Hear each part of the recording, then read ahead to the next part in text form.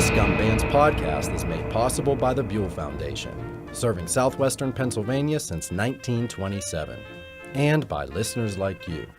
Thank you. Hey, welcome to GUMBANDS. I'm Rick Sebak, or WQED. This is a podcast. This is the video version of the podcast. The audio version is also available on our website at wqed.org/gumbands or wherever you get your podcasts. This is going to be a talk with Jared Evans, a friend of mine. We've known each other for probably a little more than 5 or 6 years, and we're going to talk about his business, Radical Trivia.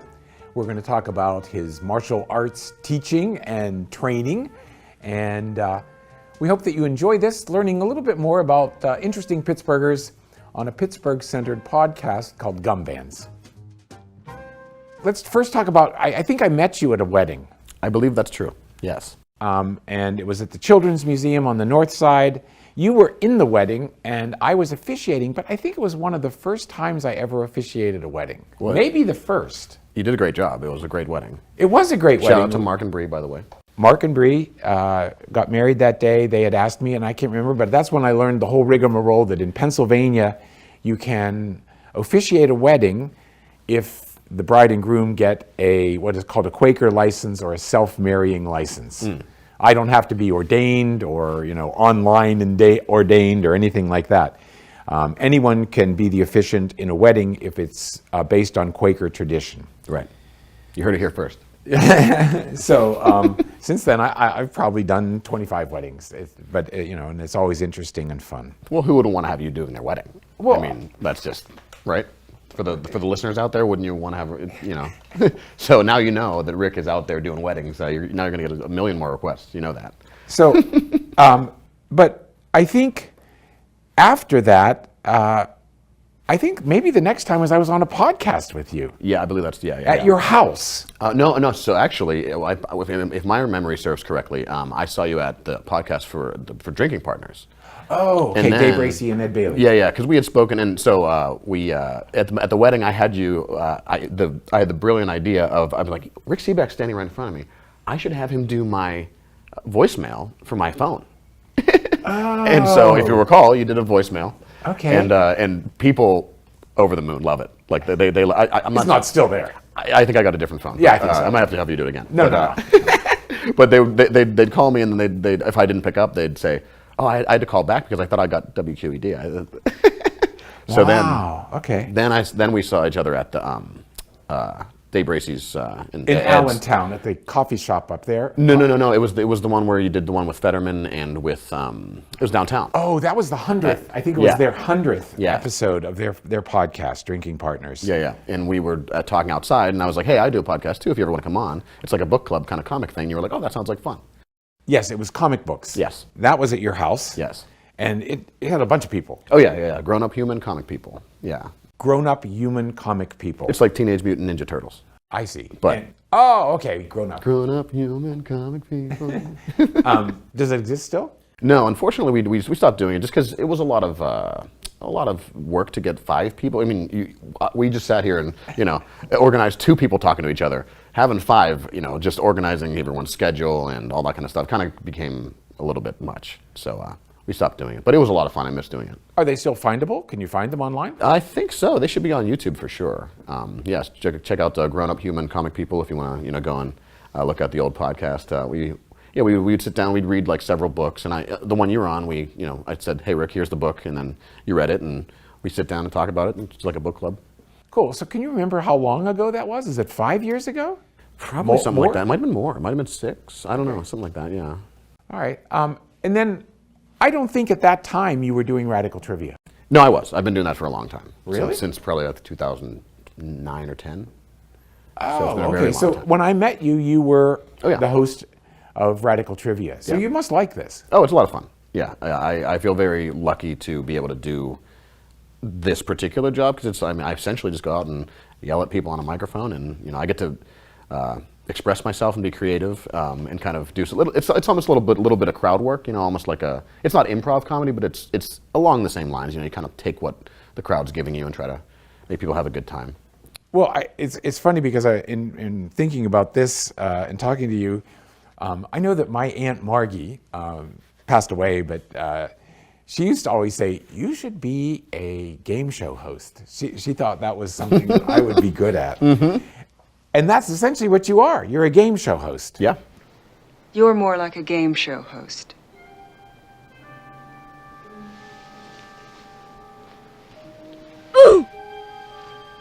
That's the kitchen, huh?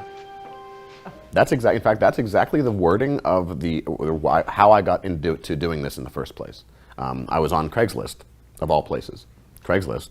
Okay. And I saw an ad. I was looking at the person. I was just doing stupid, whatever, normal jobs at the time. And it said, do you want to be a game show host?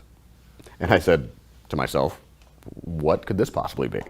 And so I answered the ad, and it was actually a national trivia company. They have a franchise. And I started working for them. And it was fun, but I realized I'm in there every week at whatever place it was, whatever the venue is, and people are having a good time, and more people are showing up every week, and they're after the show they're like, yeah, that was great, that was a great job, we had so much fun, and then the bar would slap a pile of money in my hand, and I'd turn around and take maybe 2/3 of that money and give it to somebody else. I'm like, I could be doing my own business. yeah, so that's what happened. Huh, that's interesting. I didn't know. So bars like trivia because it brings people in on slow nights, is that it? Correct. That's the whole thing. Interesting. So do you remember the first bar that you did? Well, I guess, but you did them first for another company, and then you began your own business. Yeah, so I trained with people at several different locations, like different hosts, to give them the idea of how they do their show. So I want to say the first one might have been Southside Mario's with Arnell. Shout out to Arnell, who helped me to learn how to kind of, and also to Adam, who hired me initially. Adam and I are great friends. So I started training. I want to say it was Southside Mario's initially. And I think they still do that one, actually. As Radical Trivia? No. Oh, this was a different company. Yeah, this was the other company. Yeah, okay. Radical Trivia, I started several years after, maybe like a year and a half or 2 years after I had been doing it for the other company. And by then, some of these bars knew you and would say, "Hey," yeah. You said, "I'm going to change the way this is set up." I wouldn't say they knew me, but I mean, I was doing I was doing my show in a different, sort of a more extreme way than everybody else for within that company. Because everyone else, they're out there at a TJ Fridays, like, hey, everybody, it's a family-friendly show and stuff. And I'm at a Southside bar, and so I'm swearing and just telling people they're stupid and all kind of stuff, and just making it more, not necessarily specifically aimed at adults, but it's just more casual, more fun. People can yell at me, I yell at them, that kind of stuff. And so that was, I think, is why my company's been successful. Is because it's not just someone sitting at a table and the next question is, that's not, Well, I always feel bad because I think I've seen you perform 2 or 3 times. And it's really fun. And certainly at the end, especially, you make the end really extravagant and wonderful and dramatic and all of that. Do you then amass a large quantity of questions that you use over and over again? Or how do you deal with that? Where do the questions come from? So I do amass them, and I try to, I'm always writing them. So pretty much as I write them, one thing is I try to make them not necessarily timely, because that doesn't always, if I have to use them later, it's not going to work anymore. So people, if it's a fact of something that just happened right now, in 3 years, no one's going to remember anything about that. It's like a stupid news article or something that's not. So no current events? Usually not, unless it's something really big that happened, some kind of Supreme Court thing or something like that, where it's oh, if you don't know this, where have you been, kind of thing. Okay. But usually not celebrity stuff or whatever. That's not really helpful. I also try to stay away from, sorry to all the kind of mainstream sports trivia people. That's such a niche thing where you can't win if you ask, in my opinion. It's hard to win when you ask sports questions, because especially in this town, right? So you got people who either know everything about sports and they're like, that's too easy. Or you have people who are like, I don't know, I don't watch sports. That's me. Same, really, yeah. I might do sports, but I don't really watch them. So it's, there's no middle ground there. So that's, if I do sports, it's usually we're talking about highlight today, or, bungee jumping or something like that. It's not going to be in 1967, this member of the whatever, like, I'm not doing that. So, but do you have like favorite topics? Or I think, the night I saw you over at OTB, you were doing like movie stuff a lot. But it's funny, let's talk first about topics. Okay. I think I saw a thing that you had posted recently that said like French cooking, movies, and love songs, or something like that. Everyone is a variety of questions. Absolutely. And so some of my favorite ones to write are actually the ones where I have to be more creative. So like I'll do one that's not necessarily just a category, but it's like a brain teaser category. So one of the ones I do a lot is I'll call it different things too, like wrong characters or movies by plot or something like that. So for example, the clue would be describing a movie, but the characters in the clue are not the ones that are in the movie that we're talking about. They're played by the actors in the movie that we're talking about. So, for example, off the top of my head, Lex Luthor kills Garfield. So I'll just give it to you. So the answer in this case is Zombieland. Lex Luthor is Jesse Eisenberg. Garfield is Bill Murray. Oh. So those are a lot of fun to write. But that requires like an IMDb in your mind. Yeah. And I'll do other categories, not just movies, but like things like that where it's like, oh, this isn't just like the question. This is you're gonna have to access other information that may or may not be in there. And sometimes like a team has to assemble the answer together. It's having like 4 people might be more helpful than like 1, because somebody else might be like, well, Jesse Eisenberg is Lex Luthor, right? And then you might be like, oh, so it's more of like a collaborative effort. That would have totally lost me. Well, that's why you don't play by yourself. Oh, I see. Yeah, that is usually teams that you have, and like everybody who comes to the bar is on a team already, or not necessarily. In fact, that's another great little thing that happens. One of the things that I love so much about the job is that happens. People, they're like, "Let me get some friends, and we'll come every week." But this happens a lot when I first start a show. Is that someone just happened to be there, and they're like just listening. Maybe they're watching TV also and having a drink. And they'll be like, oh, I know that. And then they're talking to the person next to them. And they're like, hey, do you want to play? And like they'll start to talk to each other. And like then eventually you have a team of 4 or 5 people who they didn't know each other before this at all. And now you have like a group of friends who are just like meta trivia, and they come every week, and it's fun. Yes, no, actually over there at OTB when I saw you, I remember I knew one answer and I gave it to the people that were sitting right in front of me. I said, hey, I know that answer. So that's fresh every week? Yeah, usually. I write a lot of questions. I don't write like a whole game at once because there's like 26 questions in a game. Oh, that's cool. 26 questions. Yeah. I'll usually write like one category and I'll take a break and do something else, or And then when in a week you're at different bars. Mm-hmm. And I think you're still online one night. Yep, Tuesdays. Tuesdays nights online. Yeah. Do you use the same questions at those bars that week, or is there overlap? No. Everyone is different? Yeah, I've written more than 1,000 games, so I can, kind of, if maybe I used this one recently, then I won't use it again for a long time, and I save them on my computer so I know when each individual one was used, so I can just look back and be like, oh, I used that one down the street like 2 weeks ago. I'm not going to use that one.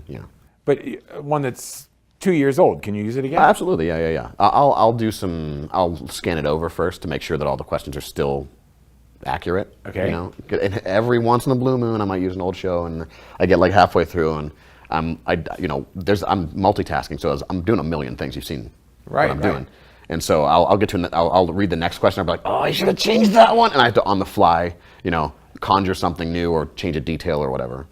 So so. I know that when people ask me to talk, I will often say to them, can I just ask trivia questions?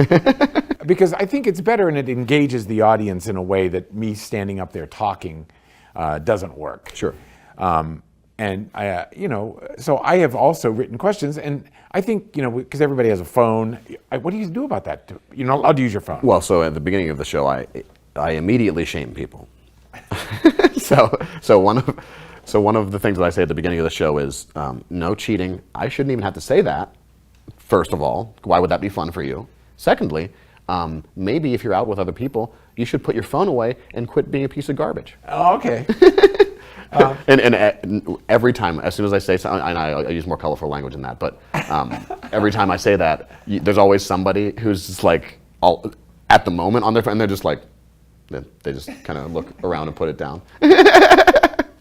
No, but I found out that it was better to ask like sequential questions. Which of these is biggest? You know, put them in order. Yeah. Or like, which of these happened first? Sure.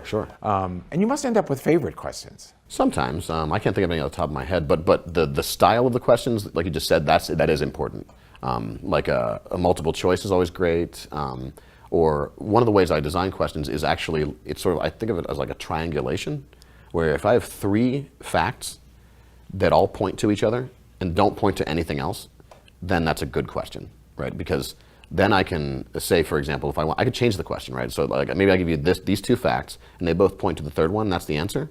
I could then, if I wanted to change the question, I could just rotate the facts and then switch the positions of them and have a sort of a different question, but it's all the 3 of the same information, Okay. And it also kind of makes it so that someone can't be like, well, it could also be this, because people, as I'm sure you can imagine, all the time they're like, actually, we're not arguing about this free trivia that we're. What about the age of your audience? It has to be a factor. Absolutely. And like, how do you judge that? Or you know it in advance because I'm going to this bar and these people are going to be younger. Then if I go to this bar in Carnegie, it's going to be older crowd, or Right. Yeah, and sometimes that's a matter of what happens when I get there. I don't even necessarily know what the crowd is going to be, even at a bar that I go to all the time. Because sometimes it'll be an older crowd, sometimes it'll be a younger crowd. So you never know. I try to write the questions so that they're like, because by your age, you know different songs and you know different Absolutely. movies and you know all of that. And that's the thing that I find with some of this stuff. I think like, I don't know anything about this, and I never even saw that movie. Yeah. So so I think part of it is like thinking about the enjoyment of the crowd rather than necessarily them getting all the questions right or wrong. Because that's really the goal, is to have people have fun. And so even if the question might say it's an older crowd and like there's a question that I don't think any of them are going to know, I might just joke about it and be like, I'm not sure if anybody's going to get this, and if you do, I'm going to be very impressed. So like even if they don't, nobody gets it, I warned them and said like, you're not going to get this one. So they're still having a good time, and they're still like, well, he said we weren't going to get it. He was right. And so at the end of the evening, I remember your sort of like, tribute at the end where you do. I think the night I saw you, you were quoting Braveheart. At least a while, and dying in your beds many years from now. Would you be willing to trade every day from this day to that for one chance, just one chance to come back here and tell our enemies that they may take our drinks, but they may never take our trivia? Is it always Braveheart, or are there other things? Or There are others, yeah. I have several of them, but I try to take speeches or things from movies and stuff that people know, and then just alter them to apply to trivia. Yeah. So you got Braveheart, you got Lord of the Rings, Independence Day, Conan, things like that. Okay, and like, what do the people win? What does the team win? Just the bragging rights? Well, it depends on what the venue is. Each venue kind of gives out their own prizes. Okay. So I usually recommend for the venue to give out gift certificates for the venue, because then people, they come back and they're going to come back next week anyway, right? And you can actually, most places will make it so that you can't use it that night. You have to use it at least the next day. So it's like you got this prize, you got to come back. Okay. And people don't mind, because they had fun. They're going to come back next week anyway, so they might as well get 2 or 3 free drinks or an appetizer or something. Excellent. I don't know that I was even aware of that. And you have people write things down and then turn them in. Yes. After each... Every question. Every question. Yeah. Okay, and then so you keep a tally on your computer as you go along. Yeah. And there's also an element of music. Yes. Yeah. So between each question, to kind of like fill in the dead air, I play a song every time, and that's a lot of fun too. And I to keep myself interested, because I've done this a lot of times, and unless there's a lot of people playing, if there's only say 4 or 5 teams, and I'm just like kind of standing there, waiting for people to answer. But you have to give them time to think about it too. Right. Yeah. So I usually give them 2.5 minutes, something like that, and then I'll play a song during that time. And again, it's fun for me because I get to be creative with what songs I play, and I can make the song either have to do with the question, or maybe it's a hint, or it's sometimes absolutely a trick, and that's my favorite thing to do. And then the game becomes like a meta game. So when people first sit down, they may not realize who I am and what I'm doing, but they're not just playing a game. Like, I'm also messing with them. So I'm sort of like I think that I've been described as like a supervillain, where it's like they're not just trying to win against the other teams, like they're trying to beat me in the mind games that I'm playing with them. So I might play this song to intentionally mislead people down this path, and then I get almost everybody, maybe except for one or two teams, and then I just laugh at them. And then they go, "Oh, we hate you," and it's kind of extra. And so that supervillain thing, you've got your glasses here. When you do promos on Facebook and Instagram, or I don't know where else are you on TikTok? No, TikTok is evil. I'm not going to jump down that rabbit hole. That's not. I mean, get off TikTok, everybody. It's making you dumber. But it's actually, so the reason why I wear these is actually because when I'm doing stuff at home and I have to have lighting like this, like I don't have nice soft lights like this, so a lot of the lights are like, really bright, especially at Trivia Online. So like this actually, because for Trivia Online I have to look at like several computers while also having these lights, so it's much easier for me to see the screens and they did deflects the light from the lighting I have to use at home. So I'm not just being a jerk by trying to wear some stylish glasses. Yeah, but it gives you like a robotic look almost. Oh yeah, people love the glasses. Yeah. And where'd you get them? So this is not my original pair. My original pair, I was at, shout out to Dan, I was at in California with my buddy Dan, and we were on Venice Beach, and we were just walking, saw a stand with glasses, and they had a bunch of cool ones, and they had a pair of these, and so I was like, I got it. They're like $10. Yeah. And so, I mean, I love the little promos that you do online. Are they principally on Facebook or Facebook and Instagram, both? I usually say upload it to Instagram, and then it shares it over to Facebook. Okay, and a lot of them are black and white. Yeah, yeah. And some are color. Yeah, yeah. Just different filters. Just a whim. Yeah, just whatever I feel like that day. Depending on what the background is, what I look like. And that's mostly just to say, hey, I'm going to be here tonight, and come by. You always mention the fries at OTB, right? Yeah, oh yeah, they got some good fries there. And so, like at the other places, like Ruggers, other things that you promote there? What do you get at Ruggers? Oh, so one of my favorite things to say for Ruggers is because shout out to everybody at Ruggers. So they have it's a secret menu item. It's not really a secret, but I mean it's just sort of like a staff designed item. It's not on the menu. I'm not even going to tell you what it is. You're going to have to go there and ask for it. All right. Go there and ask for it. Ask for the secret recipe. Yeah. The secret menu item. Yeah, and they might pretend like they don't know what you're talking about, but they know. Okay, so those are two that I know, OTB and Ruggers, and I'm not sure what it is.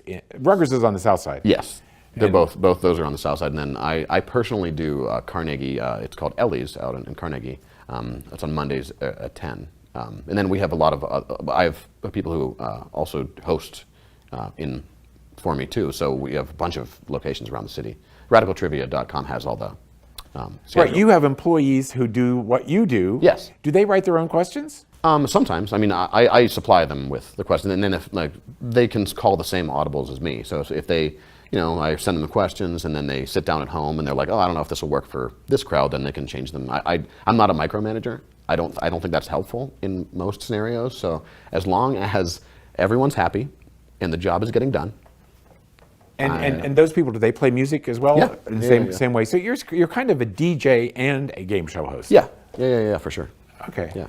And then also I wanted to talk a little bit about your martial arts, because that's obviously very important to you. Absolutely. And how did that start? I mean, so I've been in martial arts like sort of my whole life. Not deep though. I would kind of casually take when I was a kid, like some karate classes. Some other like various things I was interested in, but then so my friend Dan I mentioned earlier, Dan. Yeah, Dan Dongili. Yeah.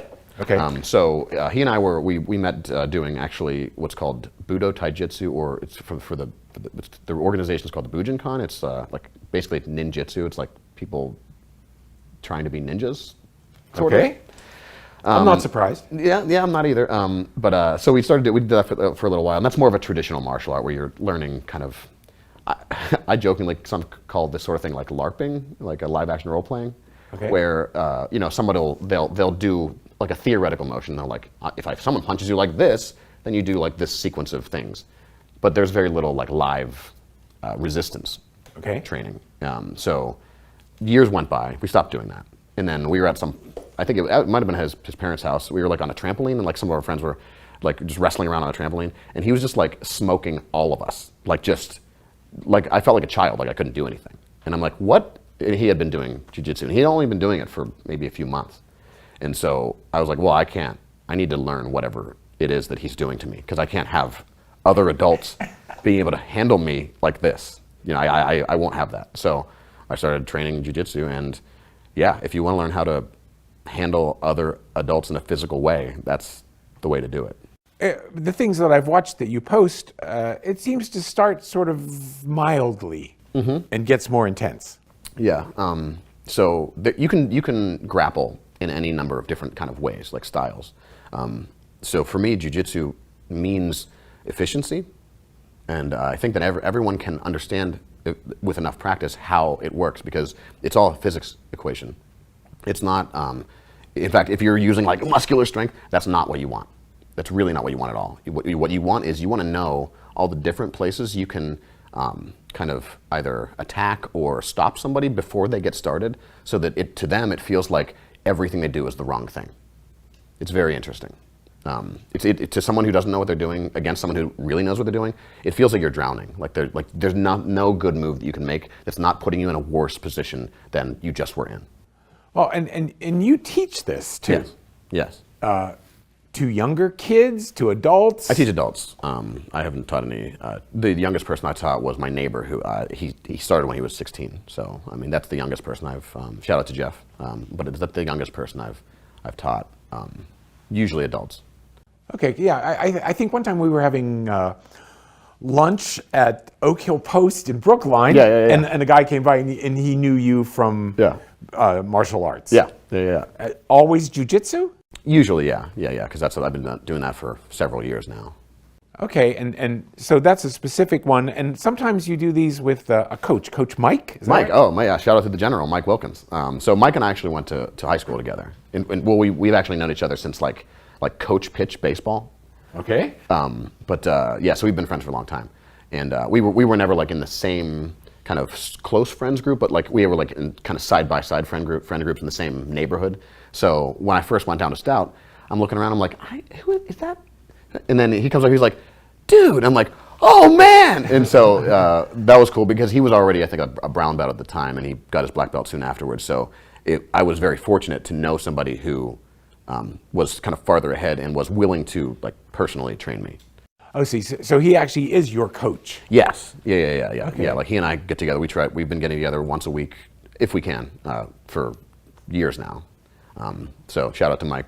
He's been giving me a lot of jiu-jitsu. Excellent. So, and now, and this fascinates me, just because I'm sort of interested in like how this got started, but you've also developed a clothing line that sort of capitalizes on both the trivia and the martial arts. Yes. So during the pandemic, I actually started doing that, because I mean I couldn't really go out and do as many trivia shows. So I started doing 2 on Zoom every week, like Tuesday and Thursday, and I still do the Tuesday one.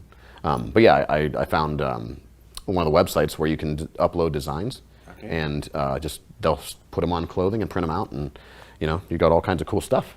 Yeah, and like they're totally one of a kind. Mm-hmm. I mean, no one else has a Jared shirt, do they? Not that I'm not aware of, unless they stole one from me. And this symbol, is this your design, or I think it has something to do with support martial arts or something like that? So this design is a funny story. It's an interesting story. So first of all, shout out to Alexa Miller, who designed the font. But the logo itself. So this is the Yinzu Force logo. I'll give you the breakdown. Okay, so this is sort of You're going to tell me what Yinzu Force is. Right. I'll tell you sort of in a roundabout way. So is this Yinz from Pittsburgh? Yinzu yes. Force. Oh, of course. Yeah. Okay. Yeah. So the team of the gym is Yinzer Gracie. It's Renzo. Renzo in Portuguese. R's are H's. So Yinzer Gracie is the team. The logo, if you know what the Yinzer Gracie logo looks like, it looks like the Thundercats logo. If you remember what Thundercats is, it's like an anime from Japan from the 80s or 70s. And so it looks like the Thundercats logo. And so I was like, okay, if I'm gonna make my own logo, I'll take another anime logo. And so this isn't exactly the logo, because it's not exactly the Thundercats logo. This is a very close to something from Dragon Ball Z, which if you know Dragon Ball Z, there's a group called the Yinzu Force, and so their logo it's more of an equilateral triangle with the circle surrounding it. So I took the triangle and elongated it, and shrunk made it into an oval behind it, and called it Yinzu Force because we're in Pittsburgh. So Yin's got to come down here and train. So that's where the logo came from. Okay, and then you offer those things on your website. Mm-hmm. Yeah. And I think Radical Trivia website has an access to. I'm not sure I'm going to remember what you call your store. Oh, it's the Radical Store. Oh, the Radical Store. Yeah, okay. Yeah. In fact, I've printed out several custom things for the two of us. So. Yeah, I know, and I didn't realize that's actually your exclusive font because I recognize it and I was like, oh, that's one of Jared's things. Yeah. I have one that says always get the special, which I always say is the best advice my father ever gave me. And that's the best advice I've ever gotten about food from anybody else. This guy right here. Always get the special. Always get the special. And my dad said, because he was a traveling salesman. I mean, he traveled around and he sold pipes, valves, and fittings, so it was industrial kind of stuff. But he said, lunchtime you go into a little restaurant, you got to go get the special. Mm-hmm. Everybody has a special, but it's probably the freshest, best thing they got. Yep. And so, and where does this all go? I mean, do you want to be on TV or I'm trying to decide what's Jared's dream do these things stay separate or do they combine or do you have any idea about all that? It's like I'm interviewing you for a job and I say, where do you see yourself in 5 years? So my philosophy is more like this, right? So I watched two movies when I was a teenager that really, really hit me in a special way. All right. One was Office Space, and the other one was The Big Lebowski. Okay. So Office Space, for the reasons that my dad Ken worked at Mellon Bank downtown for years and years and years, and it was just like wearing on him. He hated the job. It's stressful. He dreaded to go to work every day. Just like it affected his health actually. And so I saw that movie, and I was like, you got to watch this movie. And so he watched. He's like, this is my favorite movie ever, because he was actually doing that exact job of trying to turn over the new millennium computers. Like the job that they're doing in the movie is actually sort of what he was doing. Okay. So that really struck home. But what Peter, the main character in the movie, says is, have you seen Office? Okay, so long story short, he gets hypnotized, so he doesn't care about anything, and he starts going to work. And before he was real stressed out, and he same thing, didn't want to go to work, but he gets hypnotized, and then he's just kind of super chill. And it's impossible to unhypnotize him because the hypnotist had a heart attack or something. So he's just kind of coasting through life, just cruising. And everything actually ends up working out a lot better for him because he's just relaxed. And so he gets a promotion even though he hasn't even been showing up at work because he's just the cooler guy to talk to, right? The guys who are doing the promotion or doing the evaluations, he just sits down and talks to them for a while. They're like, man, we really like that guy. It has nothing to do with his actual work, which is a great life lesson. Right.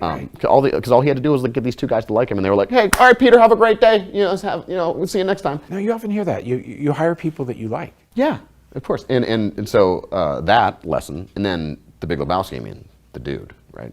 You can't be cooler than the dude, right? And the whole reason why The Big Lebowski, the whole impetus for the movie and him going through a bunch of wild stuff is that all he had to do was just wash the rug. He got the rug peed on, and because he listened to some bad advice from his friend Walter, saying they peed on your rug, man, that's not right. This can't stand.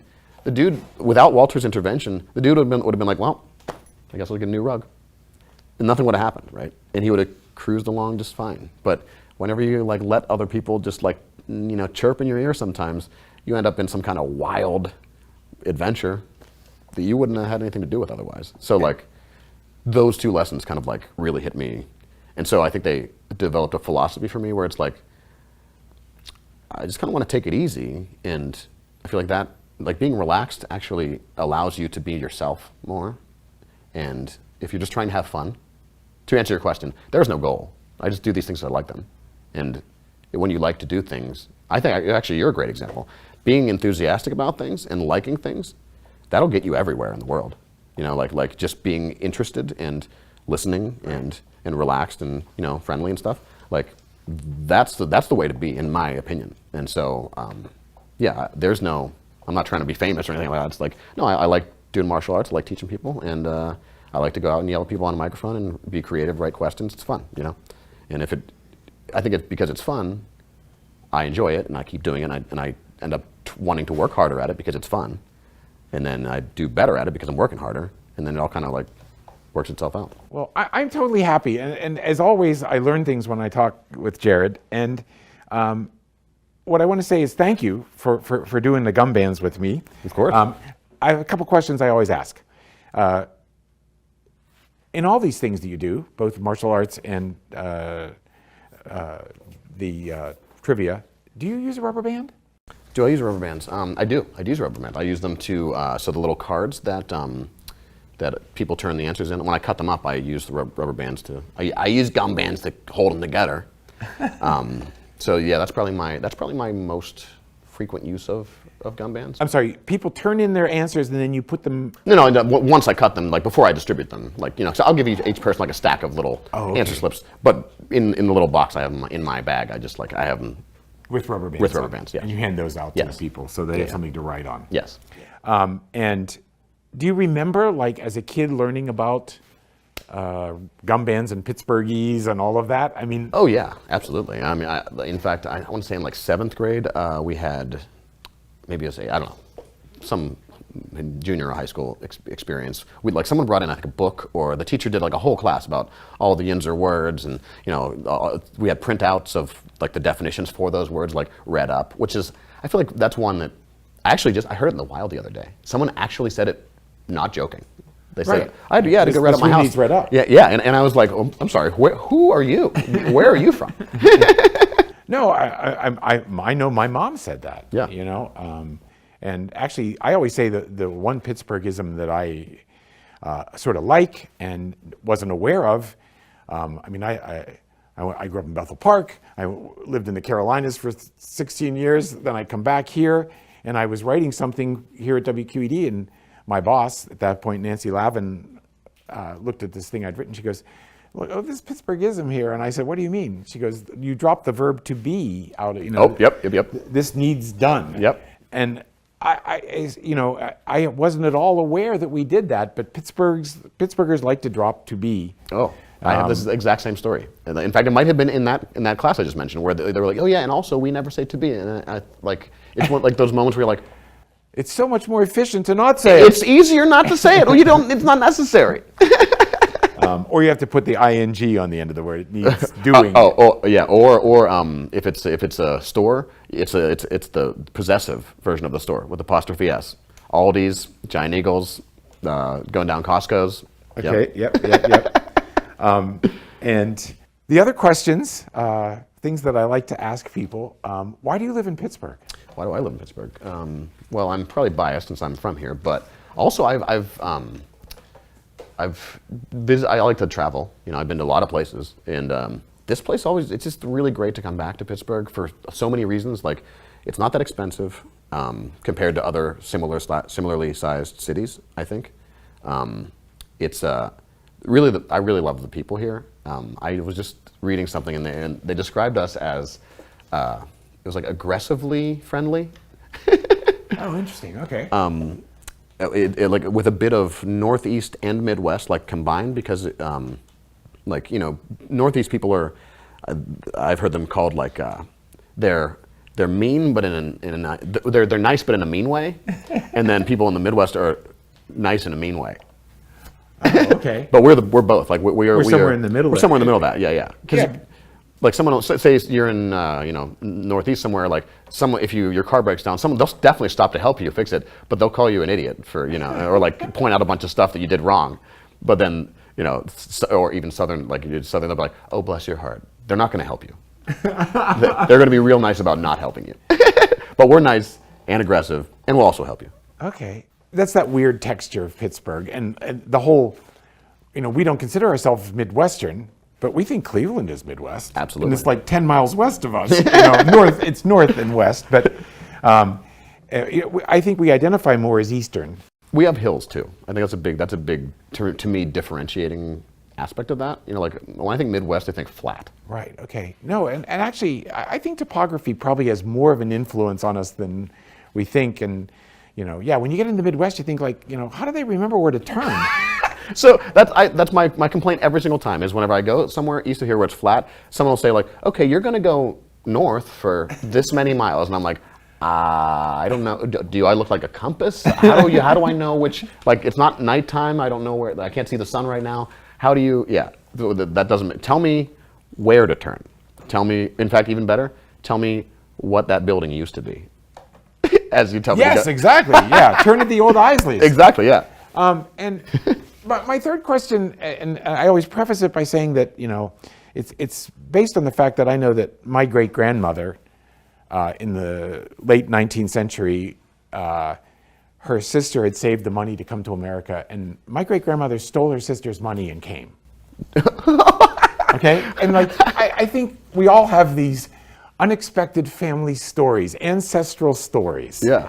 Do you know anything like that in your family? Like a story that it's not terrible, but something that might surprise us about your family and their history. I probably should have prepped you for a little bit. No, I think you did mention this one. I forgot about this question. No, so maybe not like that I didn't know, but like some interesting things maybe.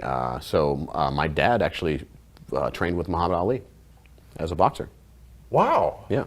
Okay. Yeah. And would that have been here in Pittsburgh? No. I think he went from here when he was in Deer Lakes. I want to say he was training in Deer Lakes, and so he went up and trained with him. There's a picture on the internet you can find. Yeah. Yeah. Of your dad and Muhammad Ali training. If you look up Bazemore, Bazemore, Muhammad Ali, there's a picture of them standing there looking at each other like that. It's pretty cool. All right. Very cool. Yeah, unexpected.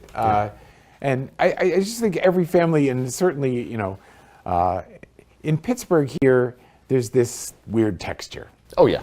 And so, all right. Well, very good. I'm totally happy, and I thank you for all of this. And Well, I brought you some things, I too. I know you have things in the bag, too, and I think we'll look at those as we wrap up. Okay, yeah. All right? Yeah, so I brought, let's see here, this should be the right, no, that's not that one. Oh, don't tell me you brought me a present. Well, you know, we always bring each other. This GUMBANDS podcast is made possible by the Buell Foundation, serving southwestern Pennsylvania since 1927, and by listeners like you. Thank you.